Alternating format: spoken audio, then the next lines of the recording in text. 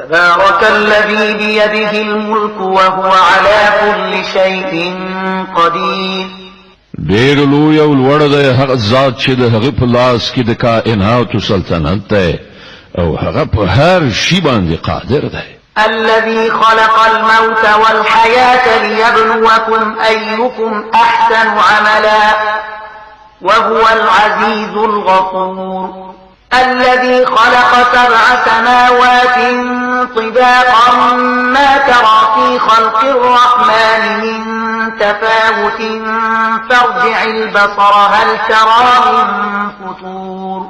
هغه ذات چې مرګ او ژوند پیدا کړ تر څو چې تاسو وازمایي وګوري چې له تاسو څخه کوم یو د ډیر ښه عمل کوونکی دی او هغه زورور هم دی او بخونکی هم.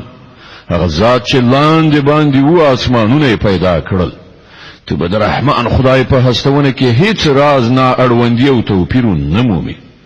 بیا راوګرځه وګوره چیرته د کوم شورای یعنی نیمګړتیا په اسمانونو کې تر سترګو کیږي.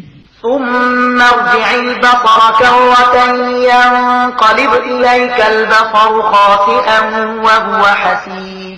بیا سترګې واړه راواړه واسطه نظر به ستومان نامراد بیرته درستون شي.